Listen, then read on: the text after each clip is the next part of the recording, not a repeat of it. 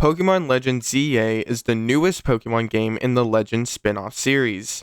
I was extremely excited to get my hands on this game because of the brand new combat system this game brings.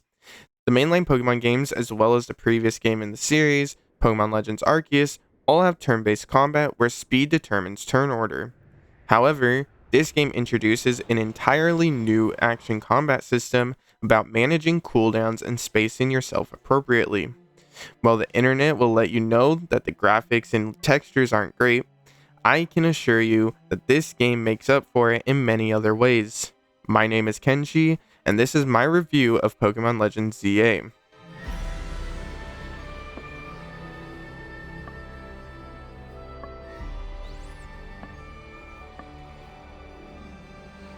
If you are new here, my reviews are structured as follows. I start with a basic gameplay overview going over the game's base system mechanics. Then I break my review down into 5 categories: quality, content, art, uniqueness, and fun factor. After describing what I think in each category, I give each category a score out of 10, then total them to give me a final score. Now with that out of the way, let's move on to the gameplay overview. If you have played a Pokemon game before, then you probably know what to expect. However, I will still explain the mechanics of this game as some things have changed a little bit. When you start the game for the first time, you are able to create your character and then enter Lumiose City. It is here that the game takes place. Pokemon are scattered around the whole city, but they are primarily sectioned off in wild zones. This is where you will encounter the majority of wild Pokemon. You are able to catch said Pokemon by throwing a Pokeball at the Pokemon.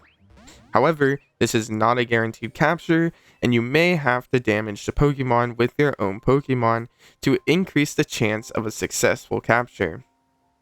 Any captured Pokemon can be used on your party and will have their own selection of moves. That move selection can be increased by leveling up your Pokemon. Now to get to the exciting part, the battles. Unlike the turn-based combat of the previous games, there is no time to wait and precisely calculate your next move. Your opponent won't let up their pressure, and neither will you. You can move freely during battle, and your Pokemon will follow you. You can use this in order to dodge attacks or take cover instead of taking the attack straight to the face. When the time is right, unleash one of the 4 moves your Pokemon has at the ready. This will trigger a cooldown during which that move cannot be used again. Generally, the more powerful the move is, the greater the cooldown, as well as the cast time. And that is enough of the basics to have an idea of how the game is played.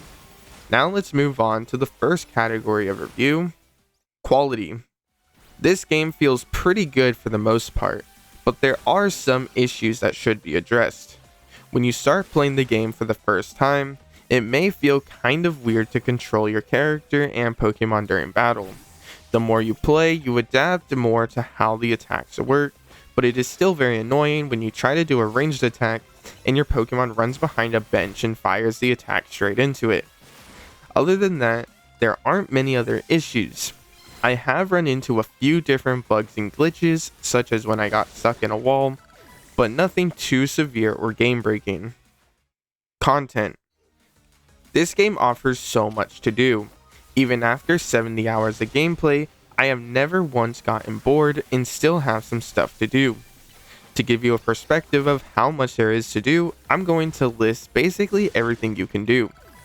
There are 42 main missions, 119 side missions, 230 different Pokemon to catch, 62 Mega Evolutions to discover, not including the Mega Stones acquired through the online modes, 100 colorful screws to find, a large selection of clothing to dress your character in, and more.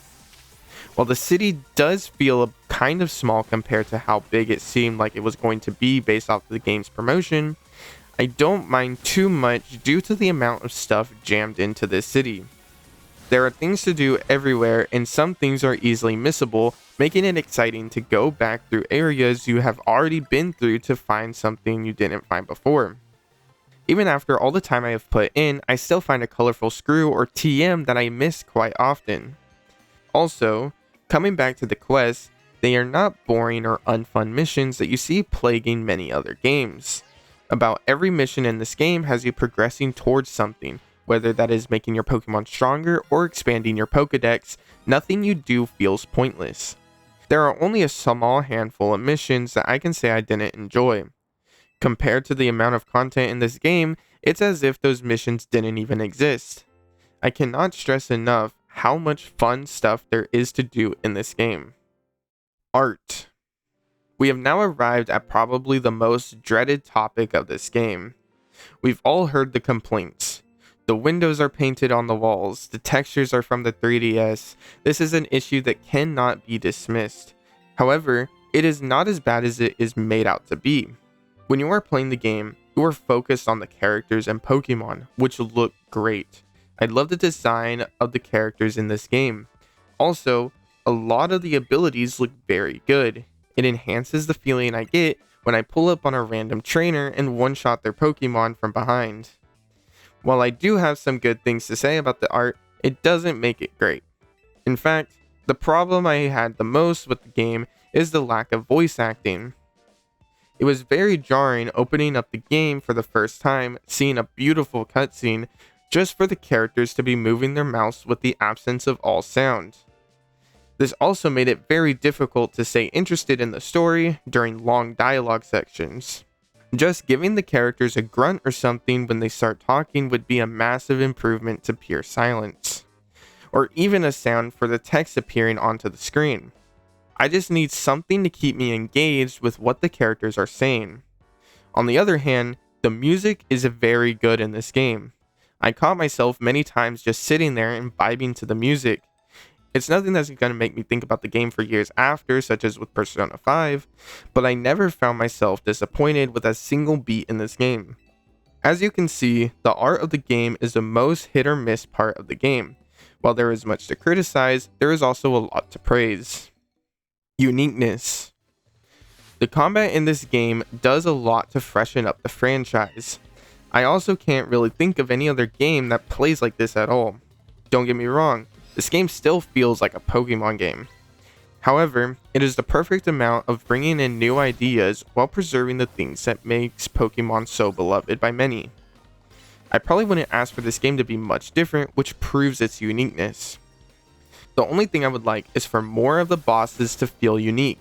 There is a boss in the post game that truly feels like a boss, forcing you to have to time your dodges if you wish to succeed. I wish more bosses had some mechanics similar to that boss, but other than that, the game has a very unique feeling. Fun factor. This game is fun. Very fun. So fun that I put off making this review to keep playing more of the game. Any free time I had, I put into this game. This kind of ties into the content category, but the game is extremely fun due to how much there is to do and how it can fit every mood you are feeling. You want intense combat?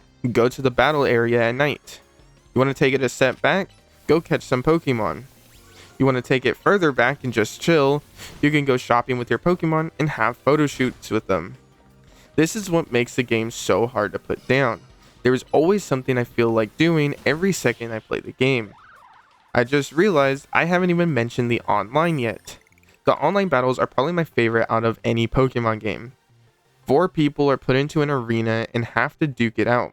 Every time you faint an opponent's Pokemon, you gain a point. When one of your Pokemon faints, you are taken back to your spawn location. Once the time runs out, whoever has the most points wins. It is that simple. Yet it is fun to have to be able to fight the person in front of you while watching your back for any other trainers coming to take you out. Everything you do in this game is just so surprisingly fun that it makes it nearly impossible to put the game down and take care of your responsibilities. I will now give each category a score out of 10. This gives us a final score of 82 out of 100. If you can tolerate the poor design of the buildings and lack of voice acting, I highly recommend this game. Even if you think you may find those things annoying, I would still look into this game as it offers so much more than those inconveniences take away. If you want to see my full playthrough of Pokemon Legends ZA, here is a playlist containing all of my streams of the game. If you're looking for a game less family friendly and want to tap into a more dark story, check out my review of Little Nightmares 3. Also, make sure to subscribe to never miss another review. And of course, make sure to have a great rest of your day.